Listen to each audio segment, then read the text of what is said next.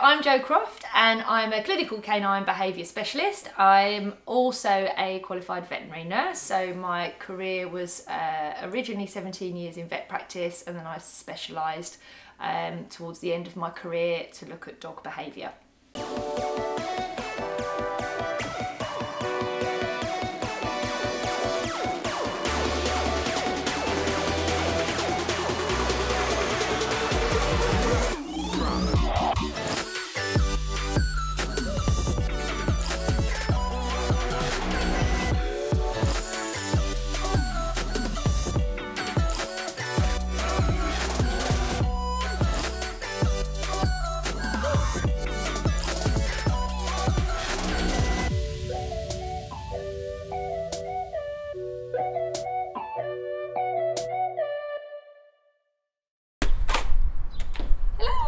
Hello. Come in.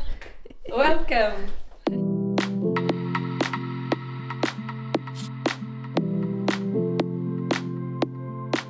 So I wanted to bring you a little bit of an insight into my daily activities. I have quite a few people ask me what I get up to in a day, and every day is different. I'm pretty busy. My team, so Team Croft, is Hogan, who's just here, who is the star of the show, and star number 2 is Marley, who's a golden doodle, who has been amazing in my journey to do clinical behaviour, to really understand what makes him tick and also deal with lots of his struggles.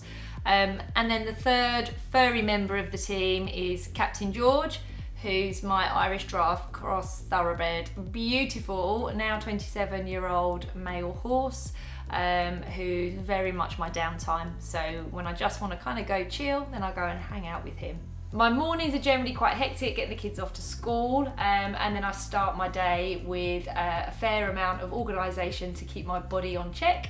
I was diagnosed with an autoimmune condition last year, so have to take a couple of drugs that just keep me sound and pain-free. For the AS, which is an autoimmune condition, I take a variety of supplements just to get me through my day.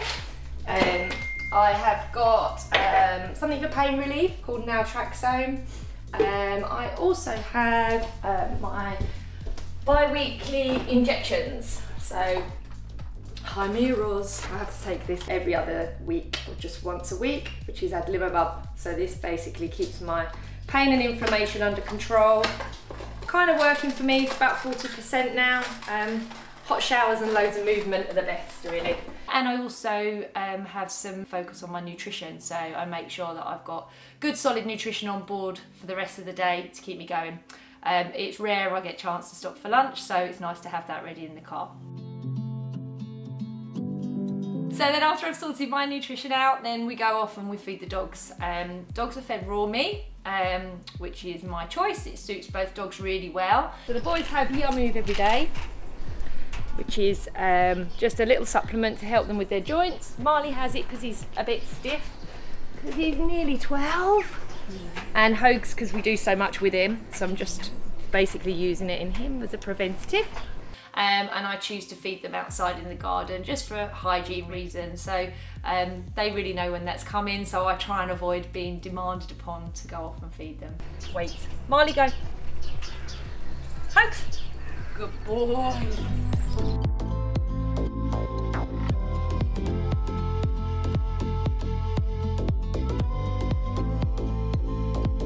Then I generally head off on my day and walk the dogs first. So one of the first things I like to get done is make sure they've had a good run, do a little training session on the walk too, have a bit of a play, and generally set them up for their day. So whatever I've got in store for them, whether I'm going to drop them off home or go off and take them to clients, because they do help me out there, they've done their little routine in the morning to get them going.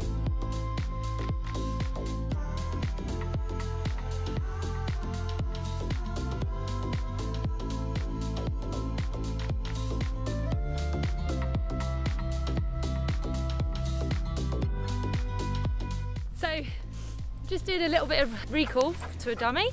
So sending the little dummy out for him just for a little bit of recall practice and retrieval work. So that time I just hid it behind a tree so to use his nose. So the dog's nose is 3 million times more powerful than ours. So just having my scent on this makes it dead easy for him to find. So keep it nice and short and sweet, and just finish with a little game. So we're just gonna have a little play now. It's awesome work. Good boy. So today we're off to see a couple of clients, and we're also gonna go up and visit my horse and spend a bit of time with him. Both dogs are out with me all day today, so I really like to try and involve them in absolutely everything that I do. And I'm fortunate in that they're really well trained, thankfully, so they're a pleasure to have with me all the time. So my first client of the day is Leanne with her two Gordon setters, Brody and Ranger. So we just arrived at Brody and Ranger's house. We're going to go see how they're getting on and see if we can help them out. Nothing too serious going on here. Dogs are really lovely, but they're typical setters. They're both very young. She got them quite close in age.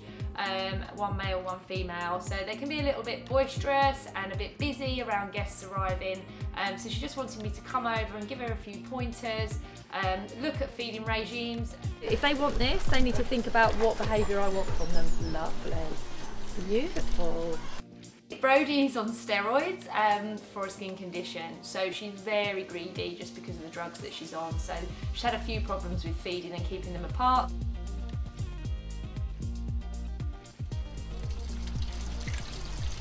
Okay. Yes. Yes. You're gonna pick them up, isn't it? You're gonna say away. Go on. Yeah.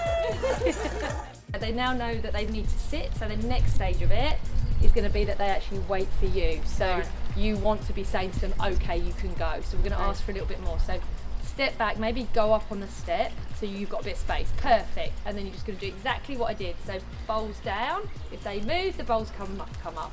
Perfect. Well done. And take a step towards him so he knows just to back off again out of the space. Lovely. So we're not using any words. You're just going to use your body language and get them to work for you. So Brody's struggling a little bit with her food because she's on steroids. That increases her appetite, so it just puts a little bit of pressure on. If there's a lot of food around, she's going to want to snatch it. Just being there and having that little bit of control over the food at the same time is really going to help her kind of feed off of you and understand what you want from her. So it's just a nice way to do the training, but obviously she's a little bit stressed around it, bless her, at the minute.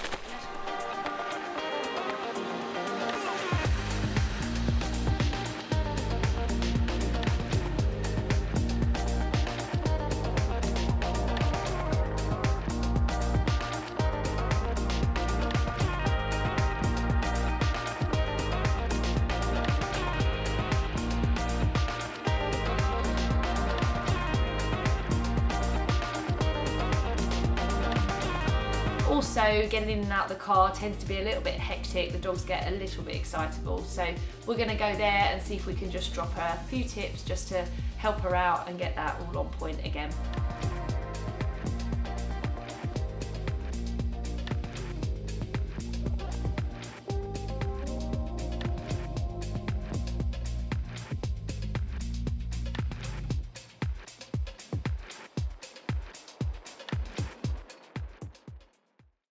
So press the button when you're there, so the boot comes up, stop, stop, stop. So by the time you've actually got here, you haven't got the drama of the boot opening at the same time. So you just reduce the stimulants.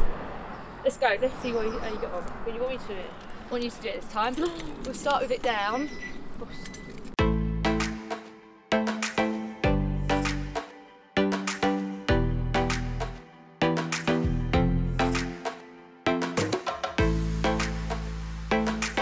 All you need to be doing is teaching him to wait until that duvet comes down, then he can get in. You just need to take it a little bit slower. So he's actually really good, but that anticipation and the excitement is what is rushing it.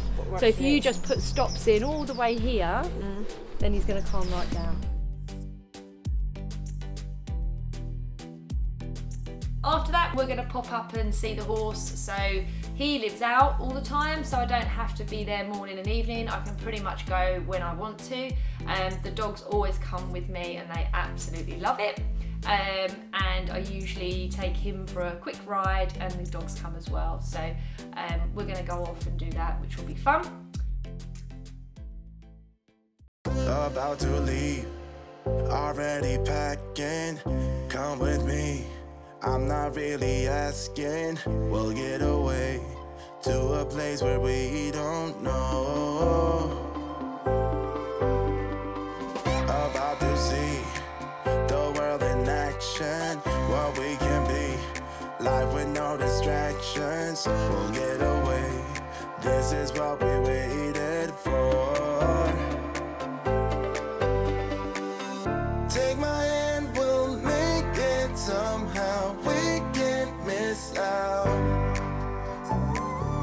I'm done living life with the lights out, die with my own doubts. Be free with me. Let's go, let's be free with me.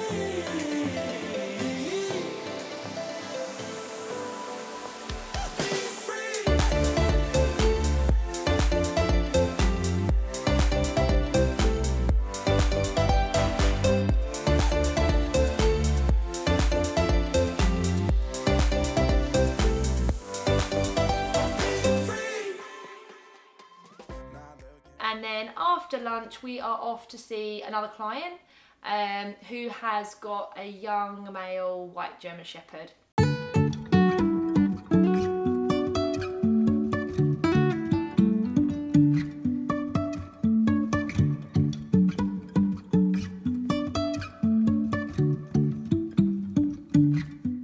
Really good. He's very quiet, he's very calm, he's really good for a young dog, but we've been having some issues with feeding. They've had another family dog move in, and he's been leaving his food and just being a little bit fussy with food, looking at how food can play quite an important role in the dog's mentality, and it's something that I focus on quite heavily when we work with psychology in dogs.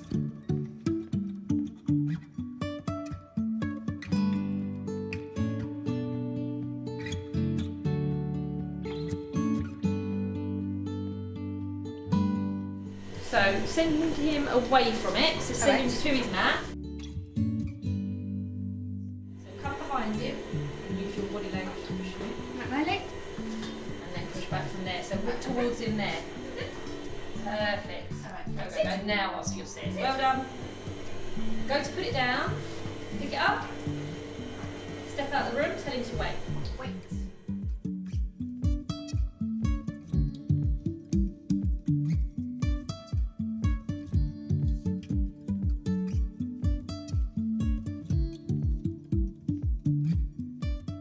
So we've just put a little feeding regime in place today and added some value to the food so that he wants to work for it. And he's just finished off 2 bowls of food, so we're a happy boy now, aren't we?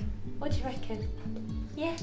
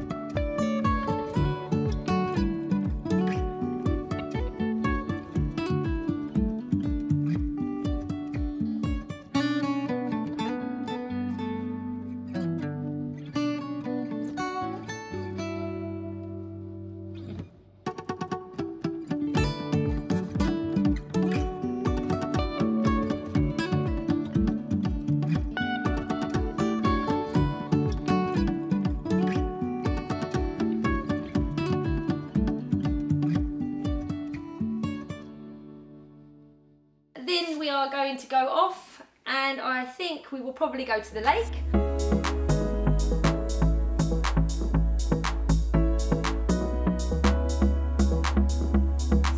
It's 10.5 degrees tonight, so just going to finish off our day with my boy with a little bit of a swim, but I think it's going to be a little bit chilly, so we're bracing ourselves for a very cold evening. So I don't know how long we'll do, but this is amazing just for loosening up my back, giving my muscles a bit of a stretch. So from an AS perspective, it's almost like therapy really. So it's a really nice thing to do, just to give me a bit of freedom.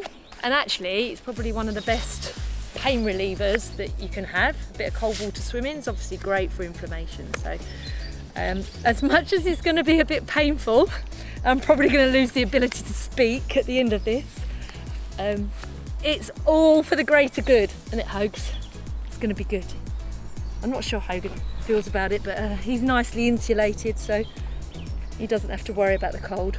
See you.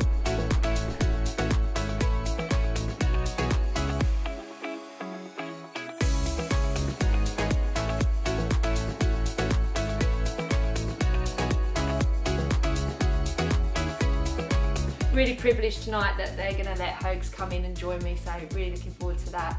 And at some point in there, I'm going to go back and be a mum, so I'll collect my kids at the end of the day.